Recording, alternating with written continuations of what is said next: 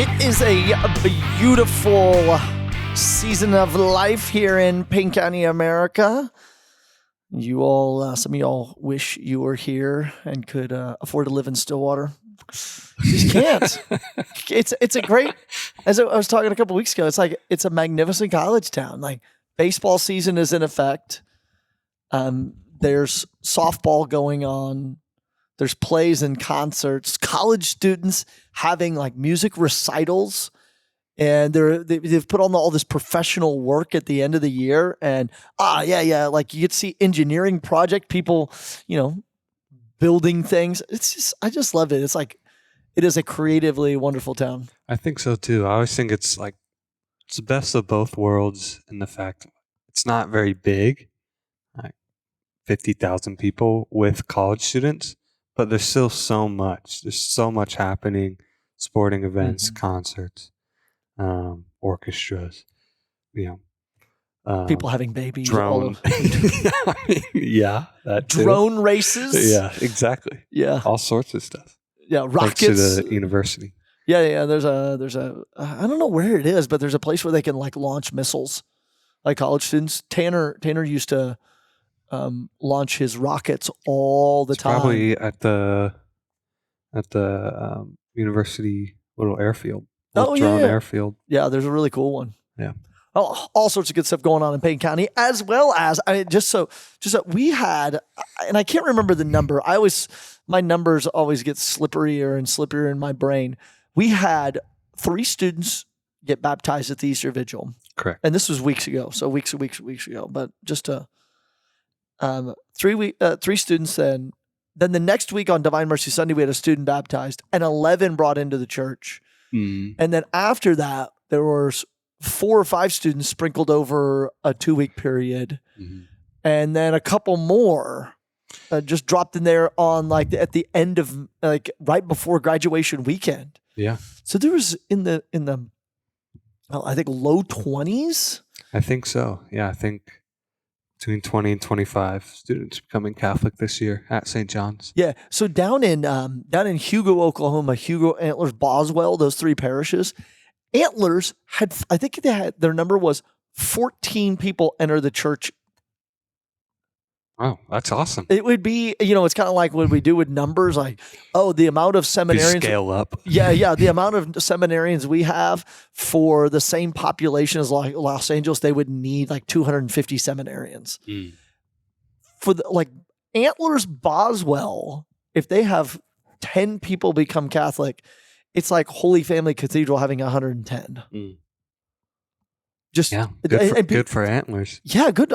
Father Todd Nance down there, and some of the these little parishes are just starting. A priest goes there and just okay, we're going to evangelize, and that's what they do.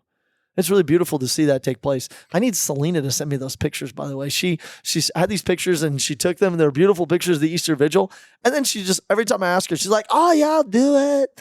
I'm like, oh, "You're never going to do it," and she's like, making promises she can't keep. Anyway,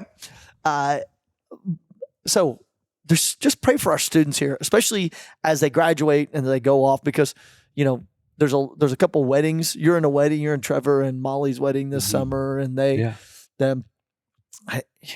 think at one point in time the numbers we counted up, there were 30 people, 30 OSU St. John alums working for the Archdiocese of Oklahoma City / Diocese of Tulsa, somewhere in their offices, and then they're in their. Does that include previous employees too?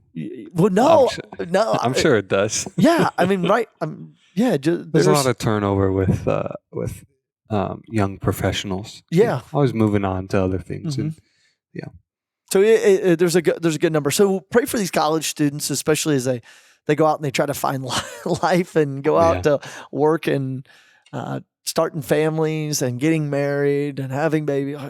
It's a beautiful time. Yeah. College ministry. I'm in there. Yeah, you are. Yeah. You're in there. You're 20. You're 27 still? Yep. 27. Okay, I'm just making sure. Since the last podcast, still 27. Don't need to give out my birthday though. That's fair. Yeah. It's leap year, isn't it? Leap day. Leap day. It is a leap year this year, but my birthday is not. Oh yeah. Okay. You have 365 more guesses. I'll get to it by the end of. I'll get to it by the end of the show. Okay. We talked about last week, Clay. Since you're the interim, not pastor. I almost said you're the interim pastor. You're not. Yeah, you're the the interim mouth on the mic. Yeah, we could have a running list of things that could get me excommunicated. I said on the podcast. Interim pastor at St. Francis. I don't know if you could get. Father Kerry laid hands on me. No, I didn't. Whoa. I did not. Okay, so we talked about last time about dads. Any other suggestions for dads, fathers, and helping them grow in their faith life? We gave books, podcasts, leisure, which we're going to talk about today. And we're going to talk about it from a different perspective than Father O'Brien and I have done on past episodes, because we've talked about like priestly leisure and pilgrimages and, like leisure, some of the leisure, the basis of culture. I know that you like Franz Gutenberg. Franz Jägerstatter. That guy. And then you like Edith Stein. Lichtenstein. Well, I haven't read much of her, but Adrian von Speyer. Is she, I'm just saying every German gosh. name I know. I'm not read any of her Donald works. Dusseldorf. I do like Josef Pieper. That's him. Josef Pieper is the man when it comes to 20th century philosophers. Yeah, and people talking about leisure. He wrote Leisure is the Basis of Culture. He wrote a couple books. So if like people listen out there and they're like, I really want to read something, he wrote one on the faith, hope, and love. Which he has a lot of work on the virtues. Yes, and so he has a. If you're not familiar with reading too much philosophy, I'd recommend his shorter stuff, which are very palatable. So like they're like 90 pages. A lot of this stuff, they're really essays, but 90 pages of like eating. It's dense stuff. Eating chocolate with like better than whole milk in it. Reading is like 200-page works, but or like plus. And so like a brief reader on the human virtues, and then I think what we're mostly going to be touching on today, which is Only the Lover Sings on Art and Contemplation by Josef Pieper. So it's just a series of a couple of his essays on leisure and art and contemplation and culture and how they all kind of swirl together. Yeah. Let's just dive into it. Great. Because this is one of the things I like doing with students when we go on pilgrimage and on mission trips. But mostly I take students, the focused missionaries. We went to Costa Rica this past spring for the mission trip. And it was, when someone was like, oh, you're going to Costa Rica? And I was like, this is not a total inclusive. This is not a all inclusive. Like I slept in a tent on a concrete pad on the back patio of a family's abandoned house. Yeah. Okay, now was the beach 40 yards away? Yes. Was there also cow and dog fights at 4:00 in the morning? Yes. Was it 85 degrees at night and 115 during the day? Yes. But every morning I would go down to the beach and I would pray my holy hour there. And you get to see like the sunrise at 5:30 in the morning while looking out to the Pacific, or not to the Pacific, but we were backwards. We were next to the Pacific, looking backwards east, like it is. Anyway, so whenever we go on pilgrimages, leisure, basis of culture, hit it. Yeah, well, I'd just say, leisure, the basis of culture. It's a big thesis, I would say. It's like think about like what culture is and the basis of it being leisure, and you may be thinking like leisure, what? It's not that important. Yeah. I think most people have a misconception, and I myself did before reading Pieper, had on what leisure was and what rest is supposed to be, especially from like the Catholic perspective. So it's not sitting around watching football on Sunday? Well, it could be that. Okay. Just God, check it out off the list. I'm done working. Yeah. well, I think the perception, like you just mentioned, is like what leisure is in relation to work. And I think most people think I need to rest so I can work again. When Yeah. it really should be the other way around. Like I work so that I have leisure. And I work so I have leisure. Okay. yeah. So it's not the other way around. It's not I have leisure. I don't rest to work again. I'm not for work, right? I am a human being with innate dignity and value. My work is something I spend my time doing that I get paid the value that it is, right? Mm-hmm. So I'm for something more. If that makes sense. Yeah, This is Pieper's argument. He's like, I'm just like doing like well, math.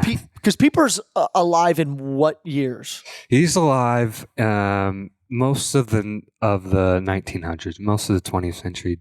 He was born in the early 1900s and died in the late 1900s. Yeah, and he lived. I mean, he lived in Nazi Germany, which the motto of all the Nazi concentration camps in Poland. Mm-hmm. They even in Germany said "Arbeit macht frei," work makes you free. Right, which is a lie. Which is yeah. And it was a lie then, and it's a lie for us. Think of like Enuma Elish, the Babylonian creation myth, right? Yeah. And juxtaposed to Genesis, like in Enuma Elish, we're created out of the blood of another god to be slaves for the gods. Like we're created for work. That was their experience, and it's like, and in Genesis, we're created differently, right? We're created for God, right? We're created to know Him and to love Him, and our work is sanctifying, yes, and holy, yes, but it's not all we're about. Yeah. Okay, so keep going. Right. So, so leisure has to have something, an activity that is valuable in and of itself, right? So, like work, you're paid in work. You do something that is not intrinsically valuable. Like you're paid what your value is, right? So, if like you're a plumber, you go to do your job, right? You paid what the value is. But in leisure, you do an activity that is valuable intrinsically, right? So what would that activity be is the question, and which is, and so, and the answer is contemplation, right? And contemplation is that activity of which is valuable in and of itself. Just for the people at home, just to clarify, what would you say contemplation is, Father? Contemplation is I would say one is the meditating and thinking of things outside of yourself, to allow them to, I would say maybe not to be in a lot of motion, not to be in a lot of motion, because then it makes the mind sort of act. It's maybe sitting in a stillness. I think definitely. I think tranquil. Like a precursor to contemplation is silence. To enter into contemplation, you have to have silence, not just like atmospheric in an environment silence, but like silence of the mind as well. But like meditation and contemplation are different. I know it took a couple times to pass Latin for you, but thank you. Thank you for insulting me on this on my podcast. Yes, of course. Interim pastor host. We'll keep it there. But meditatio, root word for meditation in Latin, is to think. It's like when you do a scriptural meditation, you are thinking about the scripture. But contemplatio in Latin is different. It means in Latin like to gaze and to behold. And so, and to stare upon. Yeah, just to, and it's not like an active activity. It's not like meditation or my mind is working, right? Silence is mandatory for contemplation because it's more like listening, right? You're just receiving. And obviously, like Our Lady is the exemplar of this, who just receives God's love. And obviously her reaction is her fiat, Yeah. right? And so that's why it's like the highest form of prayer, as like it says in the Catechism, is contemplation. And so, and we see this, and it's just an encounter. It's an encounter with something, right? And I think the most prevalent example in all of our lives is the Mass. It's like we're called to contemplation in the Mass. Just think about after the consecration, you raise it up and behold, right? We're supposed to. That's the command. We're supposed to be beholding. Behold the Lamb of God who takes away the sins of the world. And so, and so, and that Mass is an encounter with a person, with the Trinity, right? And that Trinity is most true and most beautiful. And so, but we don't, like, we can contemplate more things than just God at Mass, obviously. But the ideal of it is all of it's pointing towards that which is most true and most beautiful, which is God. But there are other true and beautiful things in the world. And and one of the, think about any forms of art. You're talking about nature and like the sunrise of on the beach, and things like that. These are things to encounter and things to behold, to gaze at. Yeah, we right? well, part of the church, why we designed it the way we did, is for students to contemplate it. When we were in Poland one year on a pilgrimage, I sat students down in the Church of St. John Paul the Great. Well, I was sitting there. I'd been into the crypt chapels. There's all these chapels underneath from all these different Madonnas from around the world, and beautiful chapels. And so I was sitting there and I was looking, and a kid came up and said, "What are you looking at, Father?" I said, "Well, I've been looking at this painting for the last 10 minutes and I can't figure out what it is." And then another kid comes up and says, "Hey, what are you guys looking at?" And the one guy goes, "Father's looking at Surfboard Jesus." And I was like, "Surfboard Jesus?" He's like, "Yeah, look, he's like on a surfboard."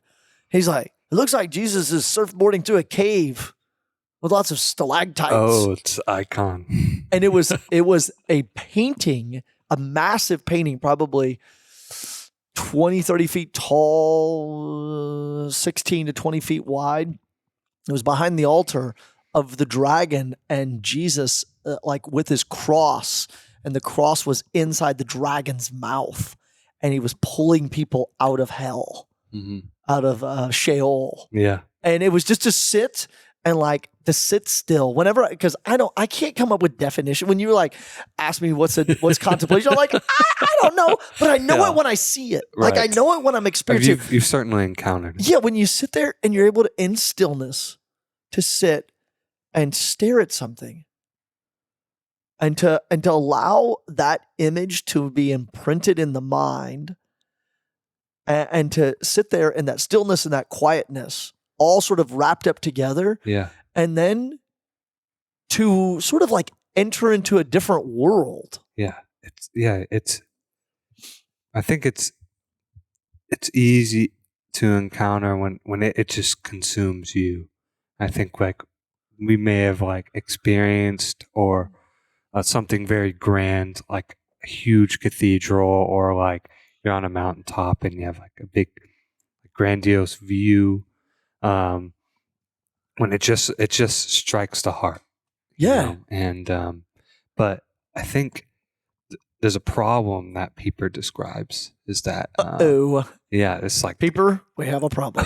And what is the problem, Clay Furleigh? Is that is it what Taylor Swift says? The problem is me. Well, it is us as people in general. And he's writing this in like the 80s. Uh-huh. So I think of this and I think, oh, it's worse now. Because what he says is we've lost the ability to see. So it inhibits our ability to contemplate. It's like we lost. What do you mean? What do you mean by see? It's like, well, he means not like our like vision, like 20/20, not just like biologically, but to our ability to recognize and encounter beautiful and true things. And he says we've lost our ability to see not because we don't look enough, but that we're always looking. So it's like, it's like we're over our eyes and our ability to contemplate is like overstimulated. Because we're always seeing something. We're always consuming. Like, say, like videos and social media. Correct. He was, I think, talking about TV, in the 80s. I think like he was mostly talking about that. It's like we're not patient. We can't wait in silence. We can't encounter. He gave this example of his own life. It was like he went to New York and on like a boat tour. So then went on into New York, and on the boat back, they're all talking about their encounters with New York and like how the people saw like the Statue of Liberty in Times Square, and the Empire State Building, and he's like, none of them really saw New York. None of them really noticed it. And he went and he talked about like the coffee shop he saw in like this alleyway and like these specific lampposts that he never seen designed a certain way. It's like, and then they said everyone went inside into their cabins on the boat, and none of them waited to see if for their eyes to adjust to the darkness and see the fish swimming next to the boat, like he did.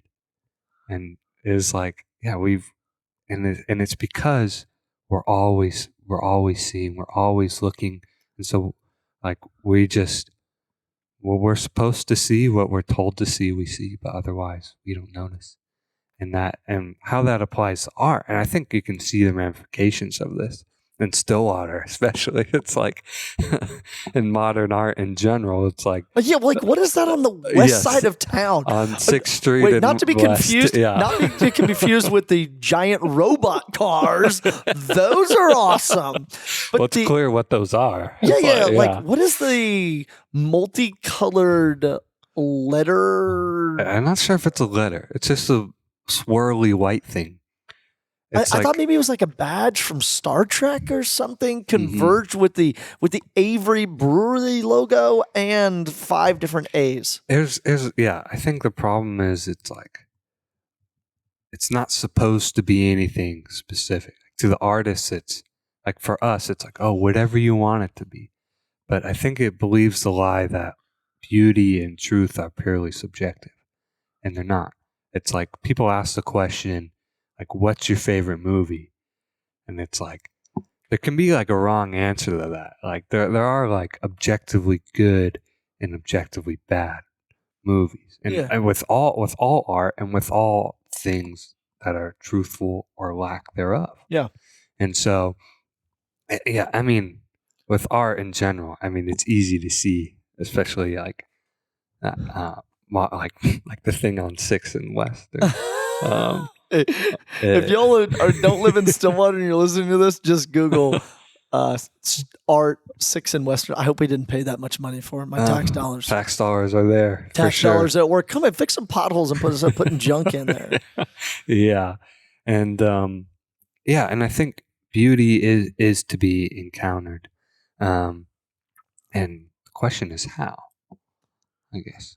And there are certain activities. I think I think when I was mentioning how it's worse now, people are talking about TV. Now we have constant stimulation, and we have no chance to actually meditate. I mean, meditation is a precursor to contemplation, right? Because you walk in the church, you may take it all in, but if you really know it, right, and if you've seen it before and you've thought about it before, it can really speak to you, right? It starts speaking to you, just like if you know the scriptures.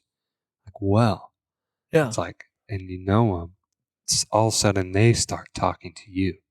And so, and it's It's our job to listen or to gaze and to contemplate. And so he actually gives 2 like remedies to be able to see again. Smash your iPhone or your internet phone. Well, that's part of it. And B, poke your eyeballs out. Go on. Well, yeah. I think the first one is obvious. It's like stop looking, like stop like consuming. Right? You need to pace yourself. Right? You need to be able to, because before, like 500 years ago, it's not like there's constant stimulation. You would see something, a play, or a piece of music, and it wasn't always there. But you could come back to it another night, or etc. But it had times, even like in like our times. It's like before, like all the season was released at once. Like the episode, you had a week to like consume and think about it and encounter it before you came back to it again. And let it like simmer. Yeah, and exactly. It's like you eat the food and you digest it, right?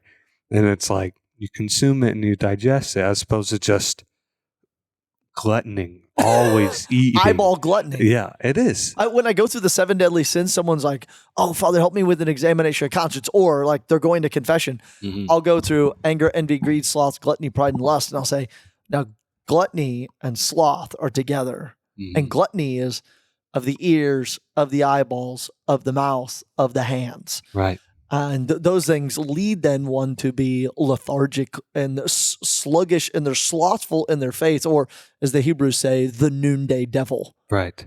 Yeah. So, I mean, of like stop looking, allow the senses to not consume so much beyond their capacity. Yeah. Not to be overstimulated. And so and we do it in the church, right? We cover our images in the last week of Lent. And so like when it's Easter and when it's time, they're revealed again. It's like the cross and all that it means is like reinvigorated. It's like it has all of its meaning again. It's like, oh, those are wounds. It's like we're not desensitized anymore. I'm trying to figure out how we should cover those images next year. Like, should we not illuminate them? That'd be good. Keep them dark, like the images, and then at Easter, it's like they get brightened up. Yeah, because I have the ability to control all those lights on the upper walls. Mm-hmm. Okay. That's part one. That's remedy one, which is really just first aid, right? You stop further damage, and part two is to create something. Right? That's his remedy, because when you create something, like what an artist does. Intrinsically, it's not just self-exploration. I'm not just expressing myself, despite what you might hear, right? An artist sees something, and with their skill and with their craft, are able to translate it. They see something beautiful or see something true, and they want to share that, right? And so, and that's the act of the artist. And I'm not saying you have to draw. Like, there's lots of ways to like. To create. You could garden, like carve something. Anything. There's endless opportunities. And this, I think, calls to mind like John Paul II in his letter to the artists is like, we are all artists. We are all with God, like artists of our own masterpieces, which is our lives. Yeah. Like he was a poet and wrote plays and exactly. So he knew this. And so it's like, but what that does, it trains our eyes to see, right? And so, and then we can truly gaze. Yeah. It's just like to be able to contemplate, to behold the Eucharist, right? You have to know what it is. Yeah. And all of these things of meditation, contemplation, both on the natural level first, then Pieper says, these things then lead you to the supernatural contemplation and eventually heaven. Right. The new heavens and the new earth. If you can contemplate the current heavenly kingdom, which Jesus says is the pearl of great price, is a wedding feast. If you can contemplate these beauties of nature and flowers, then you can launch yourself into heaven. Man, dude, we're running out of time. Yeah, chop it up, baby. Anyway, that's another Pastors of Pain show. Have a beautiful day. We'll see you next week. Peace.